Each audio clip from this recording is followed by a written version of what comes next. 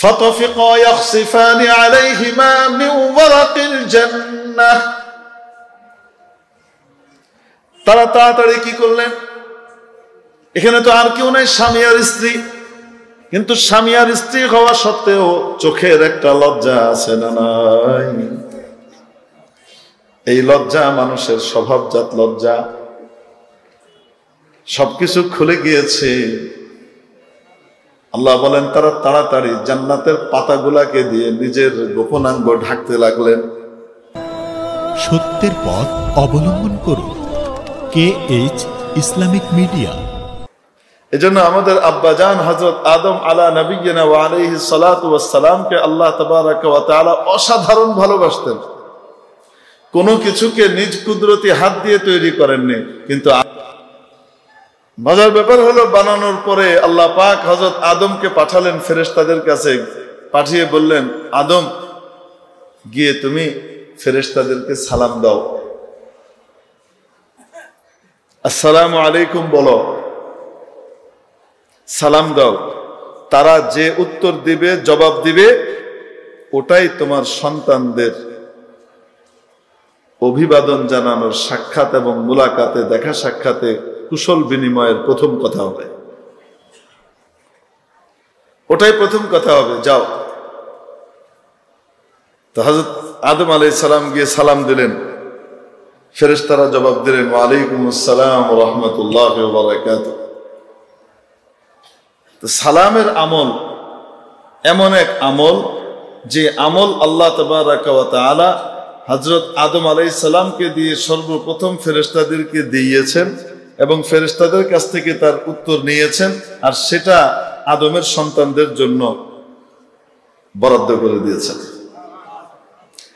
কেউ যখন দেখবেন কোনো অতিথি আসে বাড়িতে, তো তখন বাড়ির কর্তা এবং কর্ত্রী কি করে, নিজের যে ছেলে মেয়ে আছে তাদেরকে ডেকে বলে, যাও তোমার আঙ্কেল এসছে, সালাম দাও সুন্দর করে। বলে কি বলে না?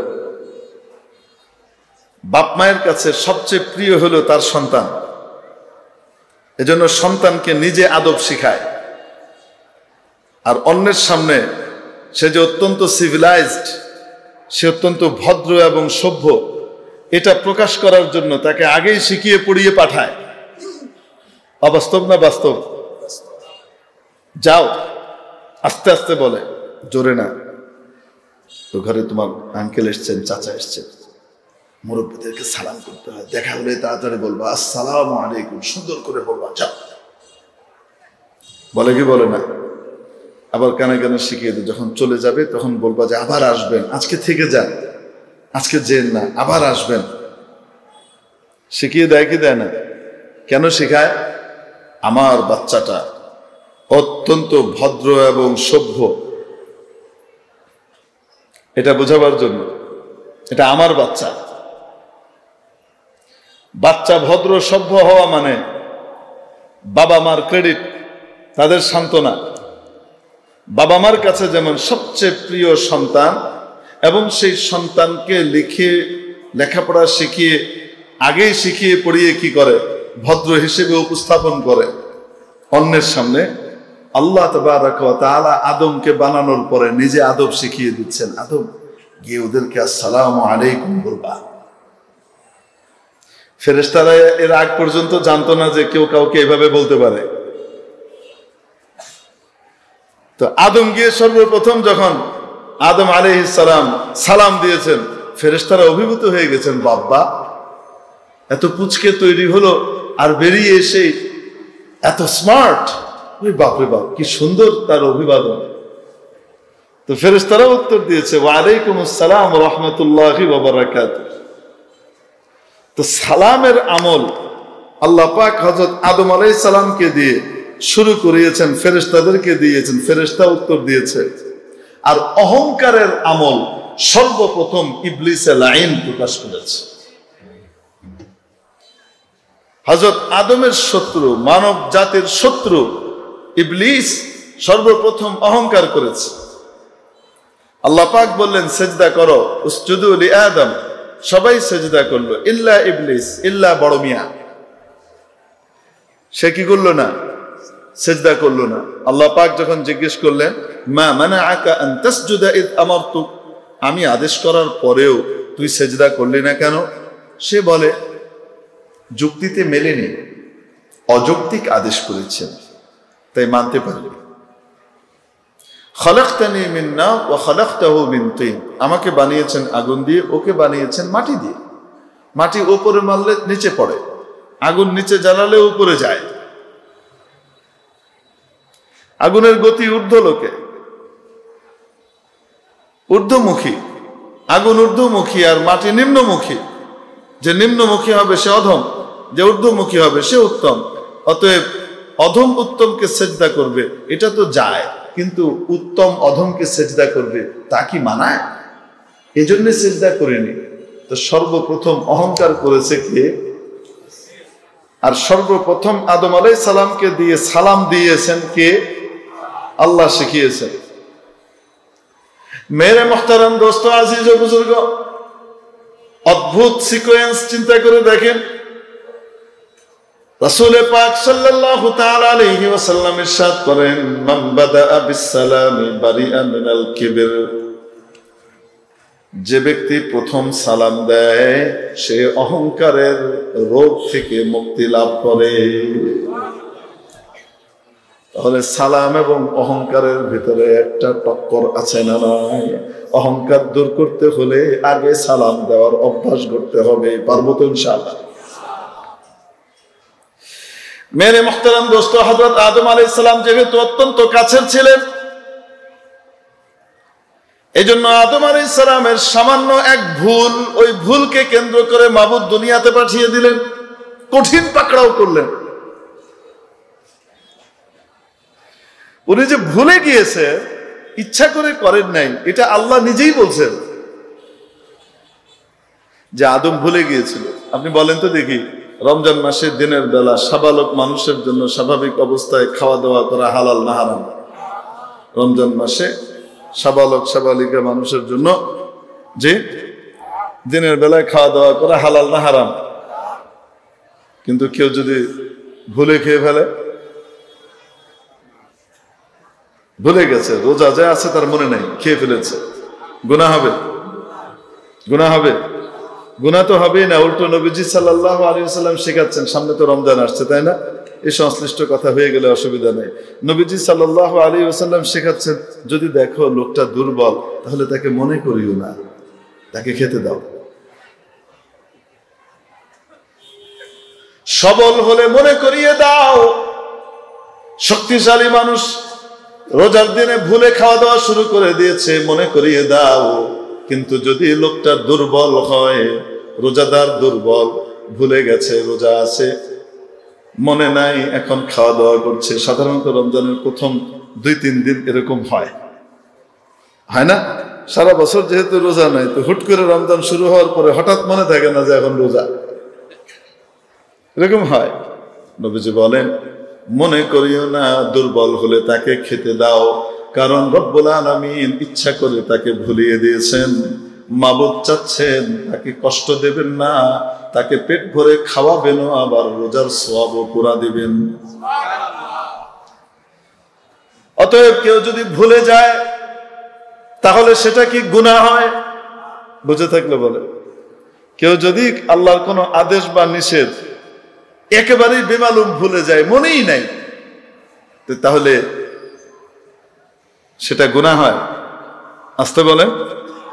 রব্বুল আলামিন কোরআনে কারীমে বলেন, ফানাসিয়া আদম ওয়া লাম নাজিদ লাহু আজমা। আদম একেবারে ভুলে গিয়েছিল, আর আমি তার ভেতরে আমার আদেশ লঙ্ঘন করবার সামান্য ইচ্ছা শক্তিও খুঁজে পাইনি। কে বলছেন? আল্লাহ ইচ্ছা শক্তি খুঁজে না পাইলেও আমাদের অনেক মানুষ আছে আদম আলাইহিস সালামকে গুনাহগার বানানোর জন্য উঠে পড়ে লেগে গেছে, পাগল হয়ে গেছে। আল্লাহ পাক বুঝবার তৌফিক দান করেন, কোরআন এবং হাদিসের সহি ব্যাখ্যা বুঝবার তৌফিক দান করেন।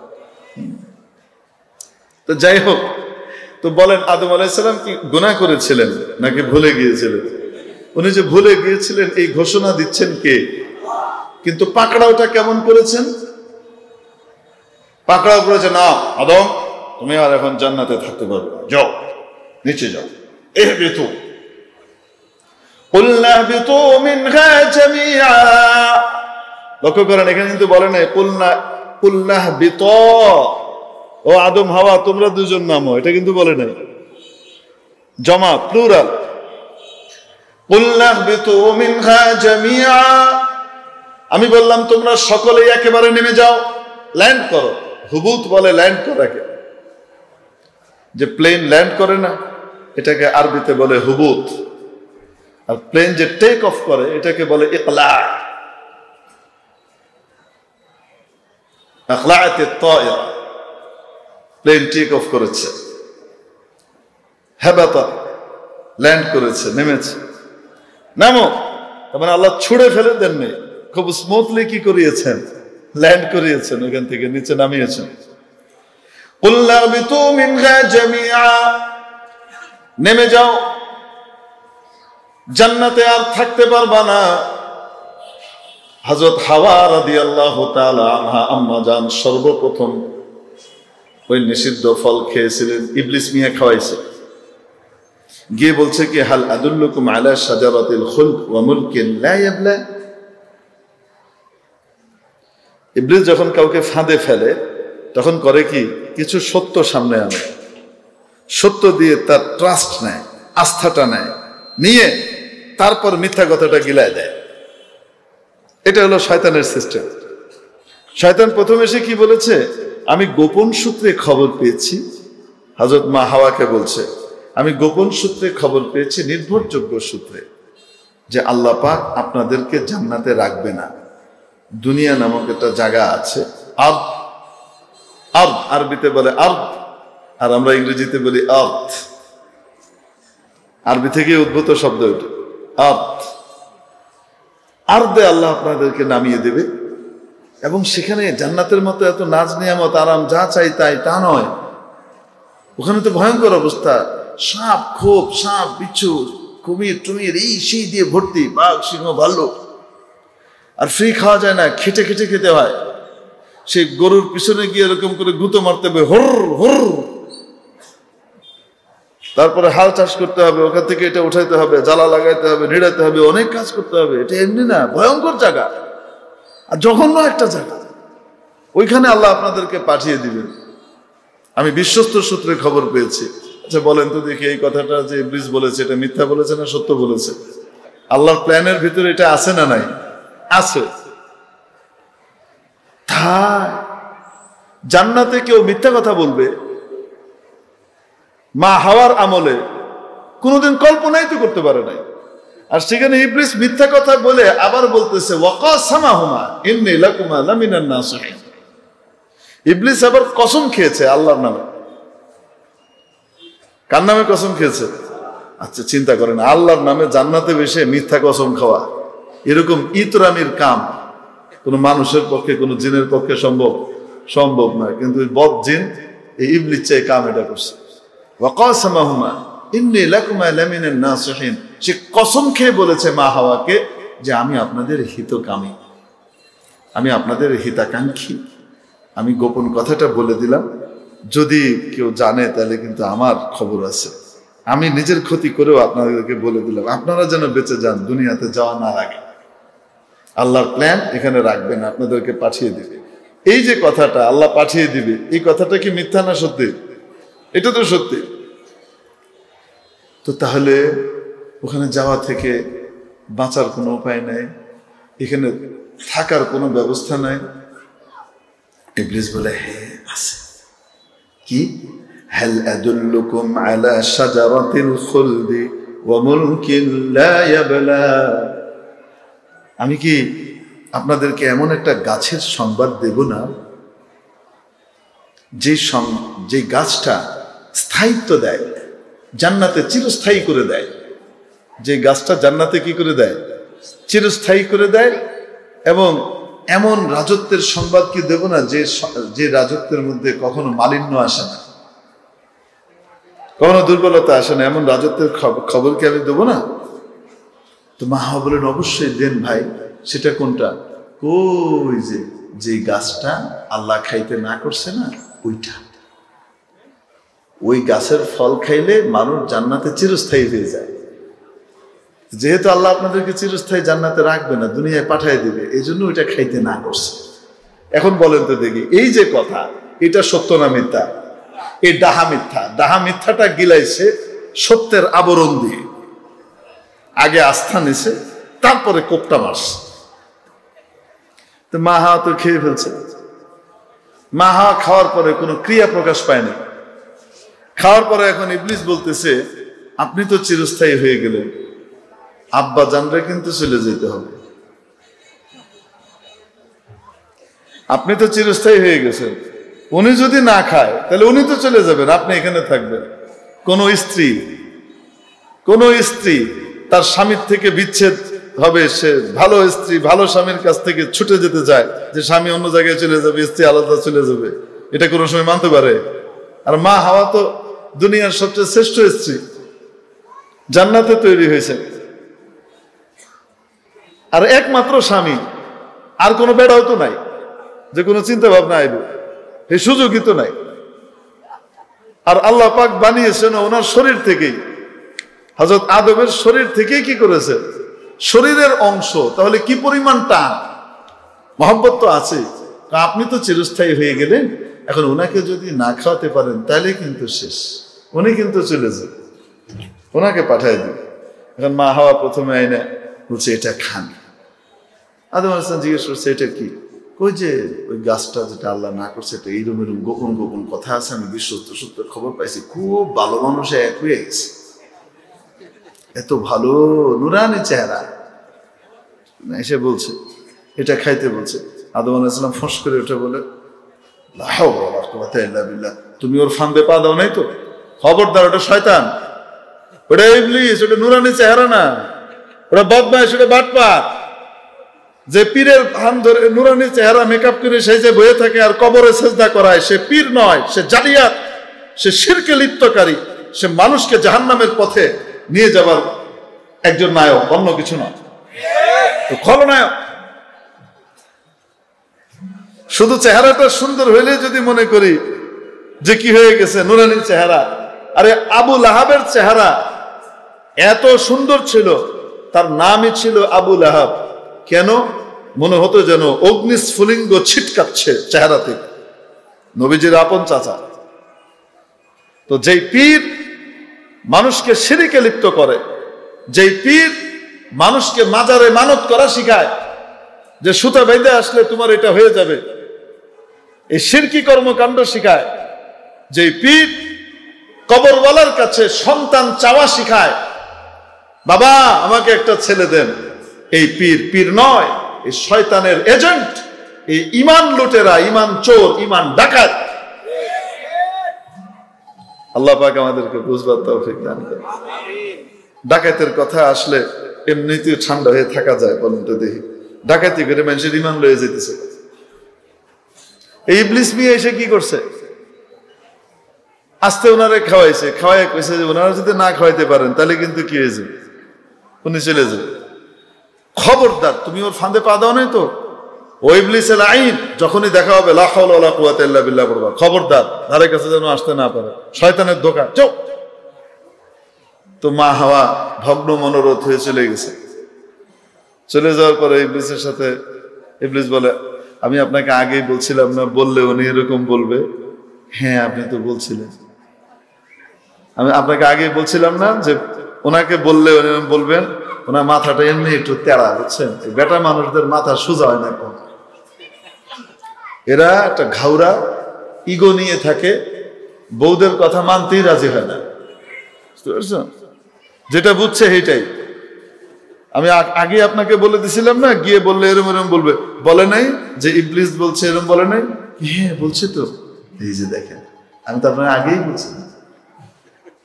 শয়তান আগে কি দিয়ে দিছে? টিকা দিয়ে দিছে আম্মা জানরা। আল্লাহ আল্লাহ আল্লাহ আল্লাহ। এখন আল্লাহ পাক নামাই দিলেন কোথায়? জমিনে। কিভাবে নামাইলেন? আদম আলাইহিস সালাম কিন্তু খান নাই, এর বহুদিন পরে ইবলিস বুদ্ধি শিখিয়ে দিছে, যে কোনো মূল্যে খাওয়াইতে হবে, চাই সেটা শরবত বানায় খাওয়ানোর জন্যই খাওয়ান। এখন মা হাওয়া কি করছে, শরবত টরবত বানায় বিভিন্ন সময়, অনেকদিন পরে যখন এটা ভুলে গেছে, আদম আলাইসালাম শরবত নিয়ে আসছেন, শরবতটা খান, খুব মজার। আদম আলাইসালামের শুধু একটা জিনিস ভুল হয়েছে, সেটা হলো জিগাইতে ভুলে গেছে এটা কিসের শরবত। খেয়ে লেছে, বউ দিছে, খেয়ে লেছে। খাওয়ার সাথে সাথে আল্লাহ পাক বলেন যে আদম ভুলে গেছিলেন, সাথে সাথে জান্নাতের যে কাপড়গুলো আছে সবগুলো ঝরে খসে পড়ে গেল, উলঙ্গ হয়ে গেল। হাইওয়ান জানোয়ারের উলঙ্গ হওয়া কোনো ব্যাপার নয়। আশরাফুল মাখলুকাত, মানুষের লজ্জার কিছু জায়গা আছে, সেগুলো ঢাকা, এটা তার ভদ্রতা এবং সর্বোচ্চ উন্নতির লক্ষণ। فطفقا يخصفان عليهما من ورق الجنة। তারা তাড়াতাড়ি কি করলেন, এখানে তো আর কেউ নাই, স্বামী আর স্ত্রী, কিন্তু স্বামী আর স্ত্রী হওয়া সত্ত্বেও চোখের একটা লজ্জা আছে না নাই? এই লজ্জা মানুষের স্বভাবজাত লজ্জা, সবকিছু খুলে গিয়েছে। আল্লাহ বলেন তারা তাড়াতাড়ি জান্নাতের পাতাগুলাকে দিয়ে নিজের গোপনাঙ্গ ঢাকতে লাগলেন, যেন দেখতে না পায়। জান্নাতের পাতা নিয়ে নিয়ে কি করলেন, ওয়ারাকিল জান্নাহ, জান্নাতের পাতা দিয়ে ঢাকতে লাগলেন। কোন পাতা? নিশ্চয়ই এরকম বড় পাতা হবে, যে পাতার এরকম করে বান্ধা যায় মোটামুটি। কি বলেন এরকম বড় পাতা কোনটা আছে কোন তো দেখি? আরে কলা পাতা, কোন না কেন? আর কলা গাছ সবচেয়ে বেশি আলহামদুলিল্লাহ আমাদের বাংলাদেশে। তার মানে বোঝা গেল জান্নাতি গাছও আমাদের বাংলাদেশে বেশি। কোন পাতা আল্লাহ ভালো জানে। তো বলছে যেটা ওটা দিয়ে যেহেতু ঢাকছে, তো ঢাকতে হলে বাঁধতে তো হবে, তাহলে তো বেড়ে যাবে। তো এক পাতা দিয়েই তাড়াতাড়ি ঢেকে ফেলা যায়, কলা পাতা দিয়ে। কলা পাতা বহুত কাজের জিনিস। তেমন দেশে জন্মেছি যে দেশে জান্নাতি গাছের সংখ্যা অনেক বেশি, সুবহানাল্লাহ। এমন দেশটি পাবে কোথায় তুমি বলো দেখি? তো আদম আলাইহিস সালাম এবার ঢাকা শুরু করে দিয়েছেন। তারপর আল্লাহ পাক বললেন এবার নিচে নেমে যাও। এখন বলেন, এই যে আদম আলাইহিস সালামকে আল্লাহ পাকড়াও করলেন, কি অজুহাতে পাকড়াও করলেন? আদম, তুমি আমার এত কাছে, এত কাছের, এত কাছে, তোমার এই ছোট্ট ভুলটা হবে কেন? তুমি জিজ্ঞেসটা করবা না কেন? একবার যেহেতু সে তোমার সামনে এই খাবার নিয়ে আসছে, সামনে যে আবার সে এরকম কিছু একটা তাল করতে পারে তোমাকে না জানিয়ে, তুমি এটা খেয়াল করলা না কেন? তোমাকে এত সতর্ক বানিয়েছে, তুমি কেন খেয়াল করলা না? বাস পাকড়াও করে বসছে। হাদিস শরীফের মধ্যে এসেছে হযরত মুসা আলাইহিস সালামের সাথে একবার হযরত আদম আলাইহিস সালামের দেখা হয়েছে। তো আদম আলাইহিস সালামকে মুসা আলাইহিস সালাম বলছেন, আল্লাহ পাক জান্নাতে এত নাজ নেয়ামত দিলেন, খাওয়া দাওয়ার জিনিস দিলেন, আব্বাজান, এই একটা গাছের ফল না খাইলে হইতো না কেন? এই সমস্ত ভেজালে তো পড়লাম আপনার কারণে, আপনি ওটা খাইছেন, এখন আল্লাহ কি করছে? পাঠাই দিছে। এখন আমরা আইছি, এই ফেরাউন বেরিয়েছে। মিশরে পুরুষ ফেরাউন ছিল, ভারত উপমহাদেশে মহিলা ফেরাউনের আবির্ভাব ঘটে। বিভিন্ন সময় এক একজন এক একভাবে সম অধিকারের ভিত্তিতে পাল্লা দেয়। শুধু ফেরাউন পুরুষ কেন হবে, নারীরাও কি কম যায় নাকি? সম অধিকারের ভিত্তিতে ফেরাউন হওয়ার দৌড়ে অনেকে প্রতিযোগিতাও করে। এই যে ফেরাউনের জ্বালাতন, নির্যাতন, কত ঝামেলা, পেরেশানি, মায়ের দৌড়, জুলুম, নির্যাতন, এসব এই দুনিয়াতে আসার কারণে তো আপনি যদি না খাইতেন তাহলে তো রাইতেন না। আদম আলাইহিস সালাম কইছে, আমি যেটা খাইছি তোমার কুচে কেটা তওরাতে আছে। কিসের তওরাতে আছে? তওরাত কবে লেখা হয়েছে তুমি জানো? কি কয় আদম আলাইহিস সালাম, জানি না মানে আমার উপরে নাযিল হয়েছে তওরাত, আমি জানি না তওরাত কবে লেখা হয়েছে? আপনার জন্মের এত বছর আগে লেখা হয়েছে তওরাত। এবার আদম আলাইহিস সালাম বলেন, যেটা আমার জন্মের এত বছর আগে লেখা হয়ে গেছে সেটার লিগে তুমি আমার দায়ী করো। তুমি আল্লাহর এত জরুরি কদর পয়গম্বর, তুমি বুঝো না এটা আল্লাহর প্ল্যানের অংশ? রাসূল সাল্লাল্লাহু আলাইহি সাল্লাম পুরো ঘটনা শুনিয়ে তারপর বলেন ফাহাজ্জা আদম মুসা, আদম মুসাকে কাট করে দিলেন। আদম মুসাকে কি করলেন? হারিয়ে দিলেন। এবং রাসূল সাল্লাল্লাহু আলাইহি সাল্লাম এই ঘটনা শোনানোর সময় খুব আনন্দিত এবং খুশি। কেন? কোন ভাই যদি বাপরে কাজ করবার চায় তো আরেক ভাইয়ের কি মন চায় নাকি যে আমার বাপরে কাজ করস বেটা তুই? তো বাপ যখন আস্তে ধীরে বাইরে কাজ করে দেয় তখন কি হয়? খুশি হয়ে যায়, আমার বাপ, আমি তার সন্তান, আমার বাপকে হারানো এত সোজা না। ঠিক না? নবীজিও খুব খুশি হচ্ছে। রইল দেখা সাক্ষাৎটা কোথায় হয়েছে, কিভাবে হয়েছে, কোন আমলে হয়েছে, এটা হাদিসের অন্য ব্যাখ্যা, আমরা ওদিকে যাওয়ার দরকার নেই। তো বলছিলাম কেউ যখন খুব কাছের হয় তো তখন কি করে? পাকড়াও বেশি করে। যেহেতু হযরত মুসা আলা নবিয়িনা আলাইহিস সালাতু ওয়াস সালাম আল্লাহ পাকের অত্যন্ত প্রিয় ছিলেন, এজন্য ওনার এই সামান্য কথা, এই সত্য কথাটাই, কিন্তু প্রশংসাটা কার হচ্ছে? নিজের। কার প্রশংসা? যে সত্য বলতে নেই সেই সত্য কি? নিজের প্রশংসা কি করতে নাই? বলতে নাই। এটা সত্য, কিন্তু কি করতে নাই? বলতে নাই যে আমার প্রশংসা, নিজের প্রশংসা বলতে নাই।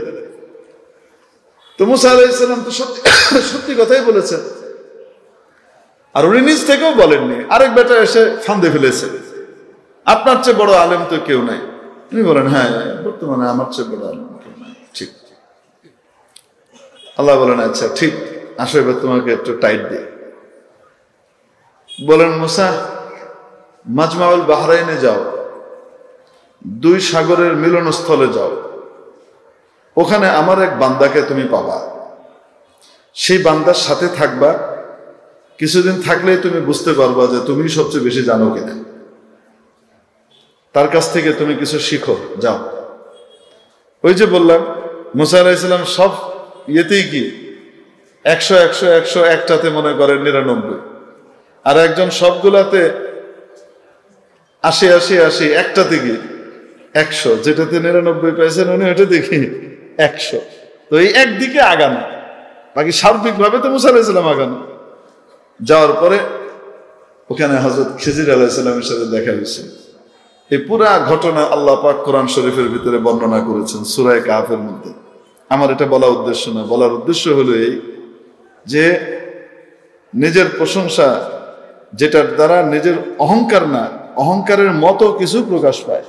হযরত মুসা কোনো অহংকার করেন নাই, অহংকারের লেশ মাত্র ওনার মনের ভিতরে ছিল না, কিন্তু অতটুকুর কারণে আল্লাহ পাকড়াও করেছেন। কেন? অনেক কাছে, তাই পাকড়াও করেছেন। আমি আপনি হলে কিছুই বলতেন না, আল্লাহ দূর, এটারে কি ধরবে, তো গনার বাইরে। মেরে মুহতারাম দোস্ত আজিজ বুজুর্গ, বলছিলাম এই অহংকারকে দূর করার সবচেয়ে বড় যে মাধ্যম নবীজি বলে দিচ্ছেন সেটা হলো আগে সালাম দেওয়া। আগে সালাম দেয় যে তাকে আল্লাহ পাক কি করেন? অহংকার থেকে পরিপূর্ণ কি করে দেন? মুক্ত করে দেন, মুক্তি দিয়ে দেন। আল্লাহ পাক অহংকার মুক্ত করে দেন। আল্লাহ পাক আমাদেরকে আগে আগে সালাম দেবার তৌফিক দান করেন। আমি এই অহংকারের বহিঃপ্রকাশ হাঁটার ভেতরেও যেন না হয়। যারা রহমানের বান্দা হবে তারা অত্যন্ত নম্রভাবে হাঁটবে, বিনয় প্রকাশ করে হাঁটবে, তাদের হাঁটার মধ্যে কখনো অহংকার প্রকাশ পাবে না। ওয়া ইবাদুর রহমান, রহমানের বান্দারা আল্লাযীনা ইয়ামশুনা আলাল আরদি খাওনা, তাদের এক নম্বর বৈশিষ্ট্য হলো তারা জমিনে যখন চলাফেরা করে অত্যন্ত নম্রভাবে চলাফেরা করে, অহংকার প্রকাশ পায় না। নাম্বার 2, وَإِذَا خَاطَبَهُمُ الْجَاهِلُونَ قَالُوا سَلَامًا وَإِذَا خَاطَبَهُمُ الْجَاهِلُونَ قَالُوا سَلَامًا। মূর্খরা যখন তার সাথে তর্কে লিপ্ত হয়, ঝগড়া করতে যায়, কোন মূর্খ যখন তার সাথে ঝগড়ায় লিপ্ত হতে চায়, মূর্খ দুই রকম, একরকম হলো আসলেই মূর্খ, আরেক রকম হলো শিক্ষিত কিন্তু আচরণটা মূর্খের। আচরণটা কার বলেন তো দেখি? একজন শিক্ষিত মানুষ একজন রিক্সাওয়ালার সাথে ঝগড়া করবে? বলে না কেন? 5 টাকা ভাড়ার এদিক ওদিক, এটা নিয়ে একজন শিক্ষিত মানুষ, মর্যাদাশীল মানুষ, ব্যক্তিত্ব সম্পন্ন মানুষ, উনি কি রিক্সাওয়ালার সাথে 5 টাকা নিয়ে ঝগড়া করবে?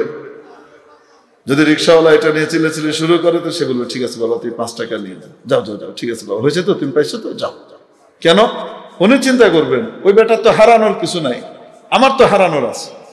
ও যদি আমাকে একটা বাজে কথা বলে দেয় তাহলে আমার মান সম্মান যাবে। আর ওইরকম বাজে কথা যদি আমি তাকে 100 বার বলি, যতবার বলবো ততবার আমারই মান সম্মান যাবে, ওর কিছু যাবে না। ঠিক কি ঠিক না? তো শিক্ষিত মানুষও যদি মূর্খের মতো আচরণ করে, বাজে কথা বলে, বাজে ভাবে কাউকে কটাক্ষ করে, আল্লাহ বলেন রহমানের বান্দারা কি করে? পাশ কাটিয়ে চলে যায়। তারা বলে সালামা, ঠিক আছে ঠিক আছে, শান্তি। সে আবার কেউ ভুল বুঝেন না, আমি রিক্সাওয়ালাদেরকে তুচ্ছ তাচ্ছিল্য করি নাই। রিক্সাওয়ালাদের ভিতরে অনেক মানুষ এত ভদ্র, এত মার্জিত, এত বুদ্ধিমান, এত বিবেকবান থাকে এবং এত সহৃদয় থাকে। অনেক সময় কারোর কাছে ভাড়া নাই, ভাই আমার কাছে ভাড়া নাই, আরে ভাড়া লাগবে না, আপনি উঠেন, আপনাকে নামায় দিই।